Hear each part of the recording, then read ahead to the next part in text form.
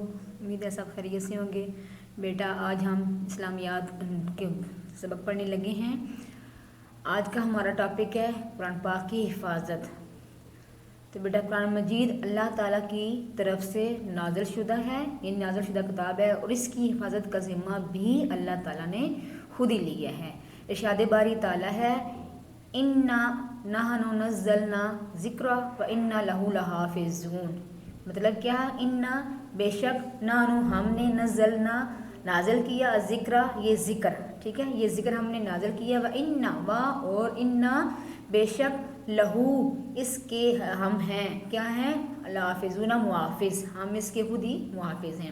یعنی ہم کیا دیکھتے ہیں کہ حق سبحانہ وتعالیٰ کا قرآن کریم کی حفاظت کا یہ وعدہ اس طرح پورا ہوا کہ پوری دنیا میں موجود قرآن مجید کے نسخوں میں ایک لفظ زیر زبر کا بھی فرق نہیں ہے۔ یعنی جب اللہ تعالیٰ نے خود اس کی حفاظت کی ہے تو اس کی رد و بدل کیسے اس کا ہو سکتا ہے؟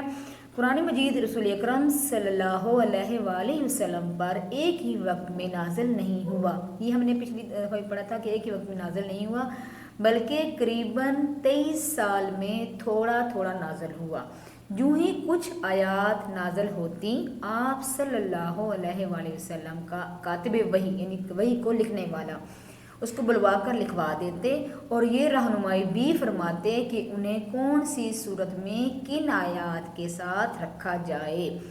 مسجد نبوی میں ایک مقام متعین تھا، یعنی ایک جگہ متعین تھی جہاں وہ عبارت رکھ دی جاتی تھی۔ کون سی عبارت؟ یعنی جو وحی ہوتی تھی، جو نازل ہوتی تھی۔ صحابہ کرام رضی اللہ تعالیٰ عنہما اس کی نقل کر کے لے جاتے اور یاد کر لیتے۔ مختلف اوقات خصوصاً 5 نمازوں میں اس کی تلاوت کرتے اور اس کو سمجھنے اور اس پر عمل پیرا ہونے کی بھی کوشش کرتے۔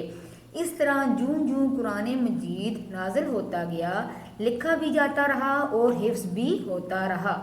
اس عمل میں صرف مرد ہی نہیں بلکہ خواتین بھی شامل رہیں، حتیٰ کہ نبی اکرم صلی اللہ علیہ وآلہ وسلم کی حیات طیبہ یعنی پاک زندگی میں مکمل قرآن کریم اکثر امہات المومنین یعنی مومنوں کی مائیں کون ہیں؟ آپ صلی اللہ علیہ وآلہ وسلم کی بیویاں، اہل بیت، ٹھیک ہے، صحابہ کرام اور صحابیات کو حفظ ہو چکا تھا، یعنی انہوں نے مکمل یہ قرآن پاک جو ہے وہ یاد کر لیا تھا، ٹھیک ہے، اور متعدد صحابہ کرام نے اس کی مکمل نقول بھی تیار کر لی تھی، مطلب نقلیں تیار کر لی تھی۔ رسول پاک صلی اللہ علیہ وآلہ وسلم کی رحلت کے بعد، یعنی آپ صلی اللہ علیہ وآلہ وسلم کی اس دنیا سے جانے کے بعد، پردہ فرمانے کے بعد، حضرت ابوبکر صدیق رضی اللہ تعالیٰ عنہ نے رسول اکرم صلی اللہ علیہ وآلہ وسلم کے لکھوائے ہوئے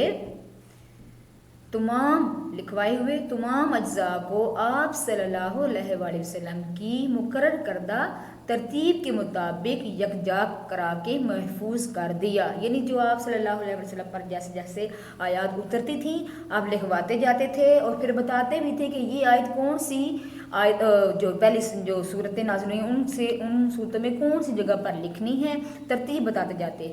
آیات کی ترتیب اور صورتوں کے نام وہی تھے جو رسول اکرم صلی اللہ علیہ وآلہ وسلم نے اللہ کے حکم سے مقرر فرمائے تھے۔ حضرت عثمان رضی اللہ تعالیٰ عنہ نے اپنے عہد خلافت میں اس کی متعدد نقول تیار کرا کے تمام صوبائی دارالحکومتوں میں ایک نسخہ کے طور پر بھجوا دی۔ یہ تھا ہمارا سوال نمبر 2، یعنی قرآن پاک کی حفاظت۔ آگے دیکھیں قرآن پاک کی فضائل۔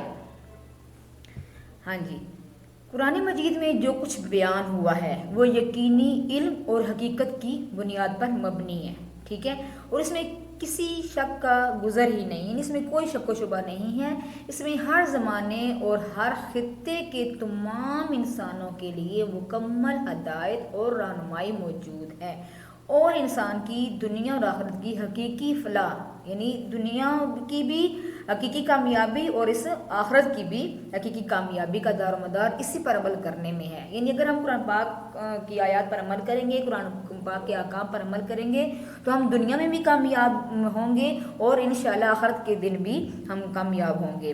اس لیے قرآن حکیم کو بڑی فضیلت حاصل ہے۔ جس طرح یہ کلام تمام کلاموں سے بہتر ہے، اسی طرح وہ انسان بھی تمام انسانوں سے بہتر ہے، جو خود بھی اس کا علم حاصل کرے اور اسے دوسروں کو بھی سکھائے۔ ارشاد نبوی ہے، کیا ہے؟ صلی اللہ علیہ وسلم، خیرکم، تم میں سے بہتر وہ ہے، من، جس نے علامہ سکھایا، القرآن، قرآن کو، جس نے قرآن سکھایا، علامہ، اور خود بھی سیکھا، دوسروں کو بھی سکھایا۔ ٹھیک ہے، تم میں سے بہتر کون ہے کہ جس نے قرآن سیکھا اور سکھایا، دوسروں کو بھی سکھایا۔ اس لیے ہمیں چاہیے کہ قرآن پاک کا علم حاصل کرنے کی طرف سب سے زیادہ توجہ دیں اور اس کے لیے کسی طرح کی محنت سے دریغ نہ کریں۔ بیٹا ہم دنیا کی تعلیم تو حاصل کرتے ہیں، ٹھیک ہے، کس لیے حاصل کرتے ہیں؟ کہ ہم دنیا میں کامیاب ہو جائیں، ہماری اچھی جاب ہو جائے، ہم اچھی جگہ پہ جائیں، وہ کوئی نوکری وغیرہ کر سکیں۔ لیکن آخرت کی کامیابی اسی میں ہے کہ ہم قرآن پاک کو بھی پڑھیں اور اس کے احکامات پر عمل کریں، ٹھیک ہے، جن کاموں سے ہمیں منع کیا گیا ہے ان کاموں سے ہم رک جائیں، ٹھیک ہے۔ قرآن کریم کی تلاوت بڑی نیکی ہے، اس کے ایک ایک حرف کی تلاوت پر 10 نیکیاں ملتی ہیں۔ اس پر عمل کے نتیجے میں اللہ تعالیٰ دنیا اور آخرت دونوں میں عزت و سرفرازی عطا فرماتا ہے، ٹھیک ہے۔ یعنی اللہ تعالیٰ کیا فرماتا ہے کہ قرآن پاک کو پڑھنے سے بہت بڑی نیکی ملتی ہے، ٹھیک ہے۔ جب ہم صرف الحمدللہ کہتے ہیں تو اس پر ہمیں 10 نیکیاں، ایک ایک حرف پر 10 نیکیاں ملتی ہیں، ٹھیک ہے۔ اس سے منہ پھیرنے والے ذلیل و خوار ہوتے ہیں۔ تاریخ گواہ ہے کہ مسلمان جب تک جو ہے قرآن کی تعلیمات پر عمل پیرا رہے، دنیا میں غالب رہے، جب انہوں نے اس کی طرف سے غفلت برتی تو عزت و سربلندی سے محروم ہو گئے۔ یہ بات رسول اکرم صلی اللہ علیہ وآلہ وسلم نے پہلے ہی ارشاد فرما دی تھی کہ اللہ تعالیٰ بہت سی قوموں کو اس یعنی قرآن کی وجہ سے سربلندی عطا فرمائے گا، ٹھیک ہے، اور بہت سی دوسری قومیں اس سے غفلت کی وجہ سے گرا دے گا۔ اس لیے ہمیں چاہیے کہ ہم قرآن پاک کی تلاوت کریں، اس کو سمجھیں اور اس کی تعلیمات پر عمل کرنے کی کوشش کریں، ٹھیک ہے بیٹا۔ سمجھ آ گئی آپ لوگوں کو؟ یہ ہم نے 2 سوال جو ہم نے پڑھ لیے ہیں قرآن پاک کے، پہلے ہم نے پہلا پڑھا تھا، اب آج ہم نے 2 سوال پڑھے ہیں قرآن حکیم کی حفاظت کے بارے میں۔ آپ کیا جانتے ہیں ہم کہ قرآن پاک کی حفاظت کس نے فرمائی؟ اللہ تعالیٰ نے خود فرمائی ہے، ٹھیک ہے۔ ہم نے اس کو ڈیٹیل سے پڑھا۔ آگے فضائل قرآن ہے، یعنی اس کی قرآن پاک کی فضیلت کیا ہے۔ تو ہماری اس کی فضیلت کیا ہے بیٹا کہ مین چیز کیا ہے کہ ہمارا قرآن جو ہے وہ قیامت سے لے کر آج جب یہ اترا اس وقت سے لے کر آج تک یا قیامت تک جتنے انسان آئیں گے ان سب کے لیے یہ رشد و ہدایت کا سرچشمہ ہے۔ مطلب کیا ہے؟ یہ سب کے لیے ہدایت ہے۔ اس میں پچھلی تمام کتابوں کے جو ہیں احکام اس میں نازل کیے گئے ہیں اور بتایا گیا ہے کہ پہلی قومیں کس طرح غرق ہوئیں، اپنی کتابوں کو چھوڑا، اپنے نبی کو جھٹلایا۔ تو آپ نے کیا کرنا ہے؟ اس کتاب پر عمل کرنا ہے۔ اس کتاب پر عمل کریں گے اور اللہ کے نبی حضرت محمد مصطفیٰ صلی اللہ علیہ وآلہ وسلم کی باتوں پر عمل کریں گے، ان کی احادیث پر عمل کریں گے تو آپ انشاءاللہ دنیا اور آخرت میں کامیاب ہوں گے، ٹھیک ہے۔ یہ دونوں سوال بیٹا آپ نے اپنی نوٹ بک کے اوپر پراپر مارجن لائن